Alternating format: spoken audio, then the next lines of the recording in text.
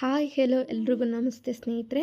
ಇವತ್ತಿನ ವಿಡಿಯೋದಲ್ಲಿ ನಾವು ಈಸಿಯಾಗಿ ಪೆಪ್ಪರ್ ಚಿಕನ್ನ ಹೇಗೆ ಮಾಡೋದು ಅಂತೇಳಿ ನೋಡೋಣ. ಈ ವಿಡಿಯೋದಲ್ಲಿ ಬನ್ನಿ ಯಾವ ರೀತಿ ಮಾಡೋದು ಅಂತೇಳಿ ನೋಡೋಣ. ಈಗ ಒಂದು ಪ್ಯಾನ್ನಲ್ಲಿ ನಾವು ಒಂದು 3 ಸ್ಪೂನಷ್ಟು ಎಣ್ಣೆನ ಕಾಯಲಿಕ್ಕೆ ಇಟ್ಟಿದ್ವಿ. ಎಣ್ಣೆ ಕಾಯಿದ್ಮೇಲೆ ಒಂದು 10 ಎಸ್ಲಷ್ಟು ಬೆಳ್ಳುಳ್ಳಿನ ಚೆನ್ನಾಗಿ ಚಜ್ಜಿರೋಂತಹ ಬೆಳ್ಳುಳ್ಳಿನ ಸೇರಿಸಿದ್ವಿ. ಒಂದು ಅರ್ಧ ಈರುಳ್ಳಿನ ಸೇರಿಸಿ ಚೆನ್ನಾಗಿ ಫ್ರೈ ಮಾಡ್ಕೊತಾ ಇದ್ದೀವಿ. ಮತ್ತು ಇಲ್ಲಿ ಒಂದು ಹಿಡಿಯುವಷ್ಟು ಕರಿಬೇವನ್ನ ಕೂಡ ಸೇರಿಸ್ತಾ ಇದ್ದೀವಿ ಸ್ನೇಹಿತರೆ. ಇಷ್ಟನ್ನು ಸೇರಿಸಿ ಚೆನ್ನಾಗಿ ನಾವು ಫ್ರೈ ಮಾಡ್ಕೊಂಡಾದಮೇಲೆ ನಾವು ಅರ್ಧ ಸ್ಪೂನಷ್ಟು ಶುಂಠಿ ಬೆಳ್ಳುಳ್ಳಿನ ಪೇಸ್ಟ್ನ ಸೇರಿಸೋಣ ಸ್ನೇಹಿತರೆ. ಶುಂಠಿ ಬೆಳ್ಳುಳ್ಳಿ ಪೇಸ್ಟ್ನ ಸೇರಿಸಿ ಚೆನ್ನಾಗಿ ಹಸಿ ವಾಸನೆ ಎಲ್ಲ ಹೋಗೋವರೆಗೂ ಚೆನ್ನಾಗಿ ಹುರ್ಕೊಳ್ಳೋಣ.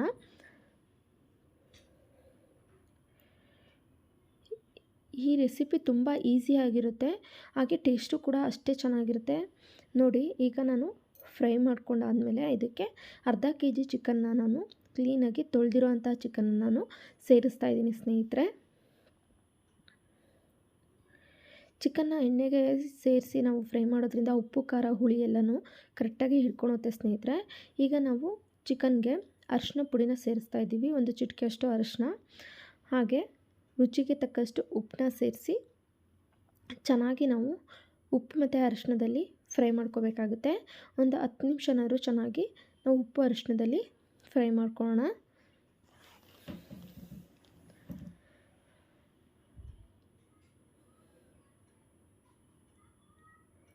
ಪೆಪ್ಪರ್ ಚಿಕನ್ನ ಅತಿ ಸುಲಭವಾಗಿ ಮಾಡ್ಕೊಬಿಡ್ಬೋದು. ಏನಾದರೂ ರಸಮ್, ರೈಸ್ ಜೊತೆಗೆ ಈ ಪೆಪ್ಪರ್ ಫ್ರೈ ಸೈಡ್ ಡಿಶ್ ಆಗಿದ್ರು ಅಂತೂ ತುಂಬಾ ಚೆನ್ನಾಗಿರುತ್ತೆ. ಸ್ವಲ್ಪ ತಿನ್ನೋರು ಜಾಸ್ತಿನೇ ತಿಂದುಬಿಡ್ತೀರಾ, ಅಷ್ಟು ಟೇಸ್ಟಿಯಾಗಿರುತ್ತೆ ಸ್ನೇಹಿತರೆ. ಹೋಟೆಲ್ಗೆಲ್ಲ ಹೋಗೋದೇ ಬೇಡ, ಈ ರೀತಿ ಮನೇಲೇ ಮಾಡ್ಕೊಂಡು ತಿಂತಾಯಿದ್ರೆ ಎಷ್ಟು ಚೆನ್ನಾಗಿರುತ್ತೆ, ನಮಗೂ ಖುಷಿ ಅನಿಸುತ್ತೆ ಅಲ್ವಾ. ನೋಡಿ, ನಾವೀಗ ಎಣ್ಣೆ ಮತ್ತು ಉಪ್ಪಲ್ಲಿ ಚೆನ್ನಾಗಿ ನಾವು ಈಗ ಫ್ರೈ ಮಾಡ್ಕೊತಾ ಇದ್ದೀವಿ. ಫ್ರೈ ಮಾಡ್ಕೊಂಡಾಗಿದೆ ನೋಡಿ. ಅದಕ್ಕೆ ಒಂದು 10 ನಿಮಿಷ ನಾವು ಫ್ರೈ ಮಾಡಿದ್ಮೇಲೆ ನಾವು ಇಲ್ಲಿ ಅಚ್ಕಾರದ ಪುಡಿನ 1 ಸ್ಪೂನಷ್ಟು ಸೇರಿಸ್ತಾ ಇದ್ದೀವಿ. ನಾವು ಯಾವುದೇ ಒಂದು ಹಸಿರುಮೆಣಸಿಕಾಯಿ ಕೂಡ ಇದಕ್ಕೆ ಬಳಸಿಲ್ಲ. ಏಕೆ ಅಂತ ಅಂದರೆ ಇಲ್ಲಿ ಹಸಿರುಮೆಣಸಿಕಾಯಿ ಕೆಲವೊಬ್ಬರು ಗ್ಯಾಸ್ಟ್ರಿಕ್ ಆಗಲ್ಲ ಅಂತ ಅಂತಾರೆ. ನಾನು ಅದಕ್ಕೆ ಇಲ್ಲಿ ಖಾರದ ಪುಡಿನ ಸೇರಿಸಿದ್ದೀನಿ. ಮತ್ತು ಇಲ್ಲಿ ಒಂದು ಅರ್ಧ ಸ್ಪೂನಷ್ಟು ಗರಂ ಮಸಾಲಾನ ಸೇರಿಸ್ತಾ ಇದ್ದೀನಿ ಸ್ನೇಹಿತರೆ. ಮತ್ತು ಮೇಯ್ನ್ ಇದಕ್ಕೆ ನಾವು ಪೆಪ್ಪರ್ ಚಿಕನ್ ಆಗಿರೋದ್ರಿಂದ ನಾವು ಪೆಪ್ಪರ್ ಪೌಡ್ರನ್ನ ಸೇರಿಸ್ಬೇಕು. ಇಲ್ಲಿ ನಾವು 2 ಸ್ಪೂನಷ್ಟು ಪೆಪ್ಪರ್ ಪೌಡ್ರನ್ನ ಸೇರಿಸ್ತಾ ಇದ್ದೀವಿ.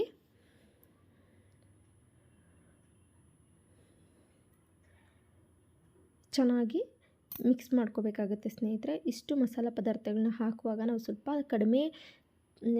ಕಡಿಮೆ ಹುರಿ ಮಾಡಿಕೊಂಡು ಚೆನ್ನಾಗಿ ನಾವು ಮಿಕ್ಸ್ ಮಾಡ್ಕೋಬೇಕಾಗುತ್ತೆ. ಏಕೆಂದರೆ ತಳ ಹಿಡಿಯೋ ಸಾಧ್ಯತೆ ಇರುತ್ತೆ. ನಾವು ಮಸಾಲ ಪದಾರ್ಥ ಹಾಕುವಾಗ ಕಡಿಮೆ ಹುರಿಲಿ ಇಟ್ಕೊಂಡು ಚೆನ್ನಾಗಿ ಮಿಕ್ಸ್ ಮಾಡಿದ ನಂತರದಲ್ಲಿ ನಾವು ಸ್ವಲ್ಪ ಐ ಫ್ಲೇಮ್ನ ಮಾಡಬೇಕಾಗುತ್ತೆ. ನೋಡಿ ಎಷ್ಟು ಕಲರ್ಫುಲ್ಲಾಗಿ ಕಾಣಿಸ್ತಾ ಇದೆ ಅಂತೇಳಿ.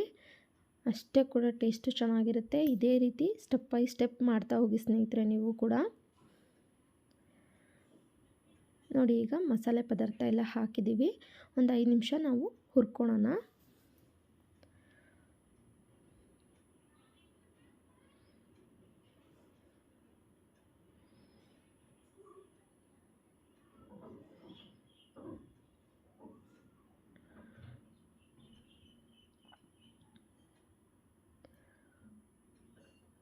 ಈಗ ಸ್ವಲ್ಪ ಹೊತ್ತು ಹುರಿದಾದ್ಮೇಲೆ ನಾವು ಒಂದು ಅರ್ಧ ಲೋಟ ನೀರನ್ನ ಸೇರಿಸೋಣ.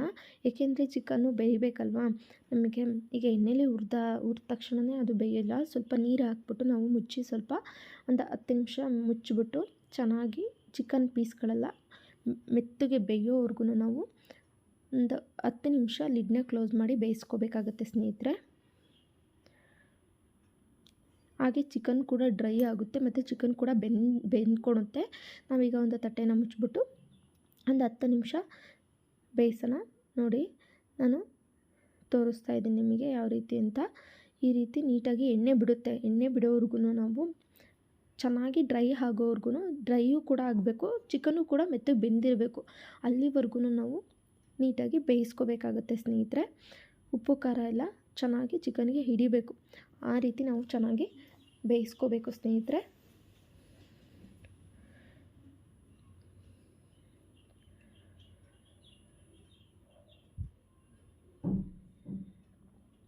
ನೋಡಿ, ಈಗ ಒಂದು 10 ನಿಮಿಷಗಳ ಕಾಲ ನಾನು ಬೇಯಿಸಿದ್ದೀನಿ. ಚಿಕನ್ ಯಾವ ರೀತಿ ಸೈಡಲ್ಲೆಲ್ಲ ಎಣ್ಣೆ ಬಿಟ್ಟು ಡ್ರೈ ಆಗಿದೆ ನೋಡಿ. ಚಿಕನ್ ಕೂಡ ಡ್ರೈ ಆಗಿದೆ, ಪೆಪ್ಪರ್ ಡ್ರೈ ನೋಡಿ ಎಷ್ಟು ಚೆನ್ನಾಗಿ ರೆಡಿಯಾಗಿದೆ. ಚಿಕನ್ ಪೆಪ್ಪರ್ ಡ್ರೈ ಫೈನಲಿ ಯಾವ ರೀತಿ ಕಾಣಿಸ್ತಾ ಇದೆ ನೋಡಿ. ತುಂಬ ಚೆನ್ನಾಗಿ ಬಂದಿತ್ತು. ಉಪ್ಪು ಖಾರ ಎಲ್ಲ ಚೆನ್ನಾಗಿ ಹಿಡ್ದಿತ್ತು. ನಿಮಗೆ ಕೊನೆಗೆ ಲಾಸ್ಟಿಗೆ ಒಂದು ಅರ್ಧ ನಿಂಬೆಹಣ್ಣ ಕೂಡ ಹಿಂಡ್ಕೊಂಡ್ರೆ ಸೊಪ್ಪು ಖಾರ ಹುಳಿ ಎಲ್ಲನೂ ಪರ್ಫೆಕ್ಟಾಗಿ ಆಗಿರುತ್ತೆ ನೋಡಿ. ಎಷ್ಟು ಸುಂದರವಾಗಿ ಕಾಣಿಸ್ತಾ ಇದೆ, ಅಷ್ಟೇ ಕೂಡ ಬಾಯಲ್ಲಿ ನೀರು ಬರ್ತಾ ಇದೆ ನೋಡಿ. ನೋಡಿದ ತಕ್ಷಣವೇ ತಿನ್ನಬೇಕಪ್ಪ ಅಂತ ಅನ್ನೋ ಥರ ಇದೆ. ಇದೇ ರೀತಿ ನೀವು ಮಾಡಿ ನೋಡಿ, ತುಂಬಾ ಚೆನ್ನಾಗಿ ಬರುತ್ತೆ. ನಿಮ್ಮ ಮನೇಲೂ ಕೂಡ ಈಸಿಯಾಗಿರುತ್ತೆ. ಸೊ ಉಪ್ಪು ಖಾರ ಎಲ್ಲನೂ ಈ ಟೈಮಲ್ಲಿ ನೀವು ಚೆಕ್ ಮಾಡಿಬಿಟ್ಟು ಉಪ್ಪು ಖಾರ ಏನಾದರೂ ಇನ್ನೂ ಬೇಕು ಅಂತ ಅನ್ನೋರು ಸ್ವಲ್ಪನೂ ಕೂಡ ಹಾಕ್ಕೋಬೋದು ಮತ್ತೆ. ಸೊ ಈ ಪೆಪ್ಪರ್ ಚಿಕನ್ ಇಷ್ಟೇ ರೆಡಿ ಆಯಿತು ರೆಸಿಪಿ.